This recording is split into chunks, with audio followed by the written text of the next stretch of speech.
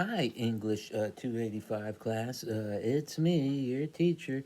Uh, I got a video here about Richard Selzer's The Knife. We're going to talk about that for a few minutes. We're going to talk about your fourth packet in this class, which isn't really a packet. It's a 3 to 4 page essay, which we're calling the expert essay. Um, and let me explain to you a little bit more about what that's about. You're going to pick something that you are an expert at, something that you feel like you know really well. And you're going to be writing about that.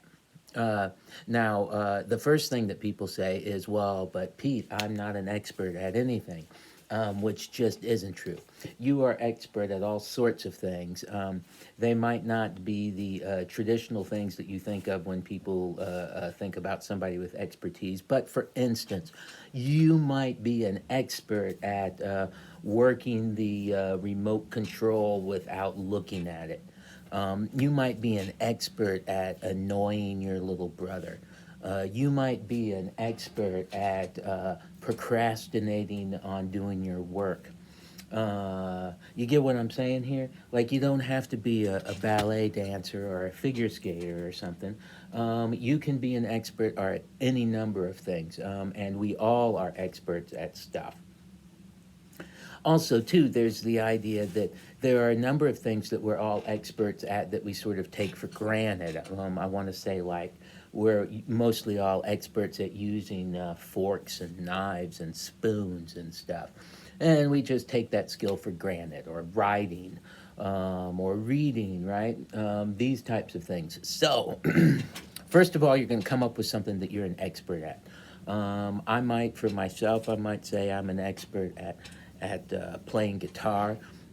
Maybe I'm an expert at writing poems. Okay, so you're gonna pick something that you feel like you're an expert at, and your essay is going to try to show the reader what it feels like to do what you're an expert at, not how it is that you do it, right?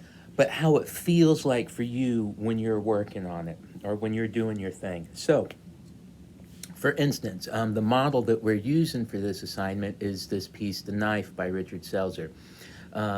Richard Selzer is a surgeon, and he is writing about his experience being a surgeon and working with a scalpel and working with a knife. And obviously, that's a really important part of his trade, etc. So, what is this essay like? Well, you have hopefully read this essay by now, and if you have, you know that one, it's graphic. In some ways, as a surgeon, he's describing the insides of people, cutting people open, things that to most of us, unless we're surgeons or interested in blood and guts for some reason, most of us find relatively graphic. And so there's that happening in the piece. But the thing that I want to talk about is, how do we communicate to somebody what it's like to do something that they don't know how to do? And the thing that I find interesting about this is that to communicate to somebody how to do something that they don't know how to do, you have to compare it to something else that hopefully they do know how to do. And so I can't tell you what playing guitar is like without maybe telling you that it is like holding a baby. And so maybe if you've never picked up a guitar before and you've held babies before, now you know and then that way I could say playing the guitar is like being a mother. You hold this baby. Oh my God, and I could go on and on, right? And I could say like, oh, you hold this baby and you help it grow, and its potential gets so big the more time that passes, and you get better, and it takes off all on its own. You see what I'm saying here, right? I can't explain to you how to do something without comparing it to something else. So, for instance, here he's trying to explain to us what it feels like to be a surgeon. And even like if you just look at the first, five sentences, let's say, of the piece. It begins, one holds the knife as one holds the bow of a cello or a tulip by the stem. So in the first sentence, we get the idea that how do you hold the knife? Well, you hold it like somebody holds a bow for playing cello, or like how you hold a tulip by the stem. Not palmed or gripped nor grasped, but lightly with the tips of the finger. So, like, I don't know about you, but if you've never held a knife before, I'm already getting a pretty good idea of how it is that you hold a knife, right? I mean, you hold it like the bow of a cello or like the tulip stem, right? Which is what? You got to hold it lightly. You don't grab it, you hold it lightly. And then he says, the knife is for not for pressing, it is for drawing across the field of skin like a slender fish. It waits. Okay, so now we're into the fourth sentence, and he already has the knife is like a cello bow. It's like a stem of a tulip. It's like a fish. Okay, so and we're only 3, 4 sentences into the piece. By the time it's over with, he has compared being a surgeon. His experience being a surgeon. Just I wrote down some of the things he has compared it to. He compares it to being a poet. To being a priest, to being a traveler in a dangerous country, to being a Himalayan mountain climber, to being a somebody looking at the inside of a cave, or somebody looking over a giant landscape. Um, he calls the knife a cat. He calls the knife like holding the knife and working with the knife is like a horse rider riding a horse. Um, so you get what I'm saying here? My point is he's comparing it to lots of different things. So if you don't understand what it's like to go into a room to do surgery, maybe you understand what it's like when you go into the priest chambers at the church, and there's this sense of solemnness, and there's a sense of stillness, and there's a sense of like gravity. And so I've never been in a operating room, at least not as a operator. But despite that, right, I know what it's like to go to church, and I know what it's like to a priest, and I know what it's like to have the kind of rituals and all of that stuff. Oh, well, that's what like surgery's like. Or like, for instance, he's being a surgeon is like a poet, and the knife is like, he says like the scars are like words that you have written. Well, I mean, I'm a poet, and so if I think about scars being like words that I've written, well, for one thing, I've written a crap load of words, so I've made a crap load of scars. So, um, got to compare what you do to something else. Okay. Notice a couple other things in this essay that I want to point out.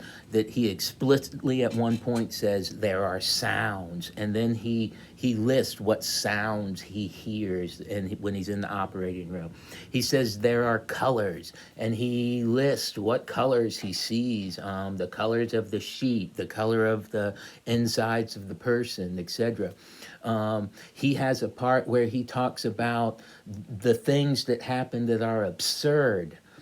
So in this particular case, he has the beautiful example of the ant coming into the surgery room and them having to get the ant and everyone freaking out over an ant. That's an absurd thing to be happening in a place as serious as the operating room. He has a part where he just talks about the tools, that there are hemostats, and that there are, of course, scalpels, and that there are, of course, forceps, and all kinds of other tools involved in this. So he also goes into a relatively short section where he talks about the history of it, like how when he was a kid, it turns out his dad was a surgeon. So he always looked up to his dad, would go to the hospital, see how dramatic he compares the doctor to being like a showman, to being like a actor on a stage, etc. So my point is not only does he compare his his expert ability to other things that most of us might be able to relate to, He also makes sure that he's bringing into it other senses, like our sounds and our color, and maybe what something smells like, what something feels like. He's bringing into it the tools involved, right? What you might need to do whatever it is you're an expert at. He's describing some of the problems of what happens when you're an expert at something. For in his particular case, the ant intruding into the room. But if it's me and I'm talking about playing guitar, well, one of the problems might be that the strings break, right? So, or if we're talking about the absurdity, like, as a guitar player, a million times in my life, I've dropped the pick inside the guitar, and then you can't get the pick out of the guitar, and you're like shaking the guitar, and you're turning the guitar upside down, and you're trying to get the pick out, which is ridiculous, which is my point, right? So there's an absurdity to everything. And so here's what you're going to do. You're going to pick something you're an expert at, anything in the entire world. You're going to write a 3 to 4 page essay similar to the essay that Richard Selzer has here, The Knife, wherein you talk about what it feels like to do something that you're really good at. Now, you don't tell us how you do it, and that's an important thing here. Notice that in this entire essay, he doesn't once say, and this is the way we do things. First, we anesthetize the patient and clean off and sterilize the area, etc. And then we cut open and then we look. He doesn't do any of that. So this is not a description of how it is you do something. So I don't want a recipe, like this is how you bake my cake. I'm an expert at baking these cookies. This is how you bake these cookies. I don't want to know how you bake the cookies. I want to know what it feels like to be the baker of the cookies. Does this make sense? I hope that this makes sense. If it doesn't make sense, you let me know. That essay is going to be due at the end of the semester. Again, 3 to 4 pages, typed, double spaced. So you've got a while to get that finished. If you have questions about anything here that I'm talking about, you let me know, drop me an email or whatever, and I'll be happy to try to answer them. And in the meantime, be thinking about something that you're an expert at, and be thinking about how it is that you can describe that to somebody else in terms that they will be able to understand despite not knowing anything about what it is that you're an expert at. Does this make sense? Okay, I hope so, people. I hope so, and I hope everyone has a great day, and I'll be back with another video at some point later on, people.